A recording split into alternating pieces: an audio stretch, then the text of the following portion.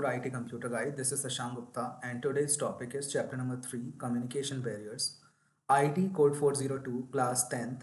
And today's topics are, first is what is communication barriers. Second topic is types of communications. Types of communication barriers. So we have so many barriers. So we will discuss in two parts. In this part, we will discuss only four barriers. And after this video, I will make us part 2. There you will get to see four more parts. So for today, firstly, we need to start that what is communication barrier. So a communication barrier is an obstacle that prevents the receiver from receiving and understanding the message that has been sent via sender. If a message is not understood clearly, it may lead communication gaps, causing confusion and misunderstanding.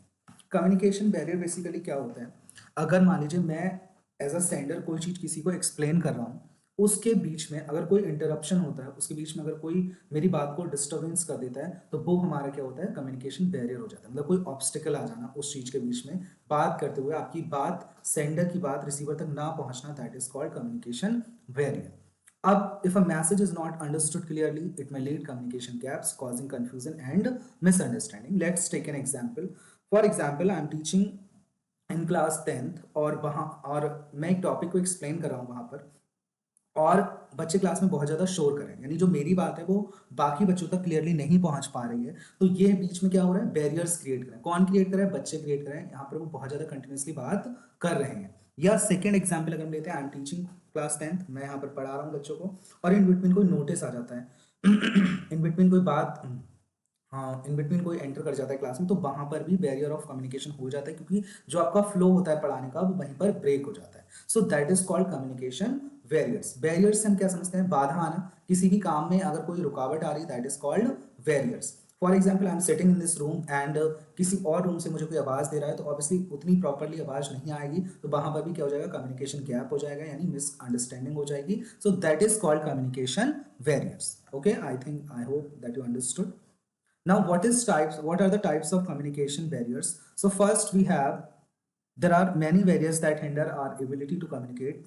First barrier is very popular, linguistic barrier. Second, we have psychological barriers. Third, we have emotional barrier. Fourth, we have physical barrier. Then cultural barriers. Then organizational structure. Then we have attitude barrier. Then we have perception barrier. Then we have physiological barrier. Then we have technological barriers and social religious barriers. So firstly, we will discuss about linguistic barriers. So what is linguistic barriers? The language barriers is one of the main barriers that limit effective communication. Language is the most commonly employed tool of communication. The fact that each major region has its own language is one of the barriers to effective communication. Sometimes even a thick dialect may render the communication ineffective. Dialect का मतलब होता है बोली, ठीक है. तो और render का यहाँ पर जो मीनिंग है वो है देना, यानी प्रदान करना, कुछ चीज़ देना किसी को, ठीक है. सो लैंग्वेज बैरियर बेसिकली बहुत ही ज़्यादा राइज होता है while we are teaching, while we are talking with each other, क्योंकि India is a democratic country जहाँ पर हर किलोमीटर के बाद लैंग्वेज बदल जाती है. बहुत ज़्यादा लैंग्वेज पूरी तरीके से चेंज हो जाती है. कभी कभी हम उनका एक्सेंट समझ में नहीं आता है, वर्ड्स चेंज हो जाते हैं, राइट. तो लिंग्विस्टिक बैरियर सबसे ज़्यादा राइज होता है. फॉर हम एक बहुत सिंपल सा एग्जाम्पल लेते हैं. जैसे मैं क्लास में फॉर एग्जांपल पढ़ा रहा हूँ और कुछ बच्चों को इंग्लिश नहीं आती और मैं इंग्लिश में समझा रहा हूँ, तो वहाँ पर लिंग्विस्टिक बैरियर हो जाएगा, क्योंकि मैं उन्हें इंग्लिश में समझा रहा हूँ जबकि बच्चों को इंग्लिश नहीं आ रही है, इंग्लिश में उन्हें समझ में ही नहीं आ रहा है. तो वहाँ पर क्या हो रहा है, मिस कम्युनिकेशन हो रहा है, ठीक है, यानी कम्युनिकेशन गैप हो रहा है, क्योंकि मुझे आती है इंग्लिश, मैं समझा पा रहा हूँ, बट जो कुछ बच्चे हैं उन्हें इंग्लिश में समझ में नहीं आ रहा है, ठीक है. अगर फॉर एग्जाम्पल मुझे हिंदी आती है बट बच्चों को हिंदी नहीं आती और मैं हिंदी में एक्सप्लेन कर रहा हूँ, तो वहाँ पर भी लिंग्विस्टिक बैरियर अराइज हो जाएगा.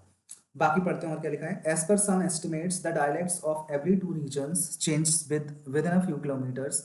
Even in the same workplace, different employees will have different linguistic skills. As a result, the communication channels that span across the organization should be affected by this. इसका सबसे अच्छा example है, after MCA मैं गुड़गांव जा रहा हूँ for job. अब मैं एक मल्टीनेशनल कंपनी में काम कर रहा हूँ जहाँ पे हर तरीके के, हर स्टेट से लोग आए हुए हैं, हर स्टेट के लोग हैं, हर एक का अपना एक्सेंट है, अपनी लैंग्वेज है. तो वहाँ पर जो हमें सेम लैंग्वेज दी जा रही है, that is English. English is the international language जहाँ पर हमें उसमें बात है. बट उसके बाद आफ्टर प्रोफेशनल वर्क जब हम नॉर्मल बात करें, तो वो जब अपनी लैंग्वेज में बात करें, तो वहाँ पर मैं उनकी बातों को नहीं समझ पा रहा हूँ, ना ही मुझे समझ में आ रही, तो वहां पर क्या अराइज हो रहा है, लिंग्विस्टिक बैरियर अराइज हो रहा है, क्योंकि हम एक कैपिटल ऑफ, जैसे मैं दिल्ली में काम करूँ तो हम कैपिटल में, वहां पर सारे स्टेट के लोग आए हुए हैं और मैं उनसे बात कर रहा हूँ, तो मैं उतने अच्छे से उनसे बात नहीं कर पा रहा हूँ उनकी नेटिव लैंग्वेज में। सो दैट, तो वहां पर क्या अराइज हो रहा है, लिंग्विस्टिक बैरियर अराइज हो रहा है, ठीक है। बेसिकली जहां पर दो लोग आपस में जब बात कर रहे हैं और वो डिफरेंट डिफरेंट लैंग्वेजेस का यूज कर रहे हैं, तब वहां पे कौन सा बैरियर अराइज होता है, लिंग्विस्टिक बैरियर अराइज होता है, ठीक है। और अगर आता है तो दैट इज सफिशिएंट, ये 2 पैराग्राफ हैं और इनमें प्रॉपर्ली लिखा हुआ है। बाकी आप हमेशा आईटी में जब थ्योरेटिकल पार्ट लिखें तो एग्जांपल्स करके जरूर लिखें, दैट इज वेरी इफेक्टिव, क्योंकि एग्जांपल्स को ज्यादा अच्छे से कंसीडर किया जाता है while checking the notebooks, okay, checking the sheets of examination, right. So now come to the next barrier, it is called psychological barriers. Psychological barriers basically क्या है, there are various mental and psychological issues that may be barriers to effective communication. Some people have stage fear, speech disorders, phobia, depression, etc. All of these conditions are very difficult to manage sometimes and will most certainly limit the ease of communication. बिल्कुल सही बात है। इसमें क्या है कि some people have fear, stage fear, speech disorders, phobia, depression, etc. होता है। इस वजह से हमारा कम्युनिकेशन भी वहां पर थोड़ा सा बैलेंस हो जाता है। फॉर एग्जाम्पल, मैंने एक ऐसे बच्चों को भेजा जो स्टेज फोबिया है, वो बहुत डरता है, वो वहां पर बोलना ही नहीं चाहता है। अब जब मैं उसे फर्स्ट टाइम भेजूंगा तो वहां पर थोड़ा बहुत साइकोलॉजिकल बैरियर आना थोड़ा सा नॉर्मल है, क्योंकि वो फर्स्ट टाइम स्टेज पर जा रहा है, फंबल्स भी होंगे, कोई वर्ड्स को वो अच्छे से प्रोनाउंसिएट नहीं कर पाएगा, आई कॉन्टेक्ट नहीं कर पाएगा, तो वहां पर ऐसे बैरियर्स यहाँ पर आना कॉमन सी बात है। तो ऐसी बैरियर्स को हम कौन से बैरियर्स बोलेंगे, साइकोलॉजिकल बैरियर्स बोलेंगे, ठीक है। डिप्रेशन होता है तब अगर आप स्पीच दे रहे हैं, आप किसी से बात करें तो आपको नहीं पता होता मुझे किस तरीके से बात करनी चाहिए, क्या सामने वाला आपसे कह रहा है, तो वहां पर भी आप बातों को नहीं समझ पाते हैं, तो वहां पर भी क्या अराइज होता है, कम्युनिकेशन गैप अराइज होता है। तो अगर इसमें अच्छा सबसे आप लिख सकते हैं साइकोलॉजिकल बैरियर में कि some people have stage fear, speech disorders, phobia, depression, etc. So all of these conditions are very difficult to manage sometimes and will most certainly limit the ease of communication. Obviously जो एक normal हम properly communicate कर पाते हैं वो इन disorders की वजह से कम्युनिकेट नहीं कर पाएंगे, सो that is called psychological barriers. Again you can write the examples by your own, आप अपनी थ्योरी को कुक कर सकते हैं, आप वहां पर लिख सकते हैं, ठीक है। Next is emotional barriers. Emotional barriers basically क्या है, emotional IQ of a person determines the ease and comfort with which they can communicate. A person who is emotionally mature will be able to communicate effectively. On the other hand, people who let their emotions take over will face certain difficulties. देखिए बहुत common सी बात है, अगर मैं बहुत ही ज्यादा loud हंस रहा हूँ, ठीक है, और आप मुझसे बात करें तो वहां पर कम्युनिकेशन बहुत ज्यादा इफेक्टिव नहीं होगा, वहां कहीं ना कहीं कम्युनिकेशन गैप हो जाएगा, मैं आपकी बात को नहीं समझ पाऊंगा, आप जो बात कर रहे हैं वो प्रॉपरली नहीं कर पाएंगे। या मैं बहुत एंग्री हूँ, मैं बहुत गुस्से में हूँ, मैं वहां पर भी आपकी बात को समझने की कोशिश नहीं करूंगा। और सबसे ज्यादा इशू तब होता है जब आप बहुत एंग्री होते हैं, तो आपको ये नहीं पता चलता आप क्या बोल रहे हैं क्या नहीं बोल रहे हैं। कई बार आपके जो वर्ड्स हैं वो ट्विस्ट हो जाते हैं, कई बार आपके जो वर्ड्स हैं उनका कोई और मतलब निकाल लिया जाता है, तो यहाँ पर बहुत ही ज्यादा हमें केयरफुल रहना है इमोशनल बैरियर्स में। अब इसमें लिखा है a perfect mixture of emotions and facts is necessary for effective communication. Emotions like anger, okay, जैसे कि मैंने कहा, like frustration, humor can blur the decision making capacities of a person and thus limit the effectiveness of their communication. बहुत ज्यादा हंसना, रोना, frustrated होना, जब आप इस टाइम पर बात करते हैं तो आपके कई बार फंबल्स हो जाते हैं, आपका कम्युनिकेशन उतना ज़्यादा इफेक्टिव नहीं हो पाता है, आप अपनी बात को सामने वाले को बहुत ज़्यादा अच्छे से इलेबरेट नहीं कर पाते हैं, ठीक है। So that is called emotional barriers. Again you can write the examples, it's very important, आप इसके अलावा भी एग्जाम्पल्स को लिख सकते हैं। Then we have physical barriers. So they are the most obvious barriers to effective communication. These barriers are most easily removable in principle at least. They include barriers like noise, closed doors, faulty equipment used for communication, closed cabins, etc. Sometime in a large office, the physical separation between various employees combined with faulty equipment may result in severe barriers to effective communication.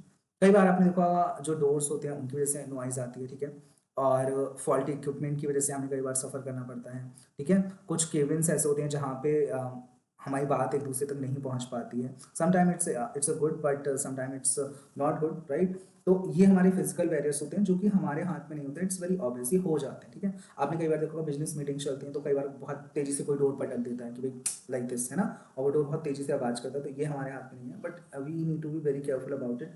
Faulty equipment, for example, I am using mic in the assembly, और sometime कोई वहाँ पर कोई problem हो जाती है, तो ये भी हमारे हाथ में नहीं है, ठीक है। So that these comes under the physical barriers.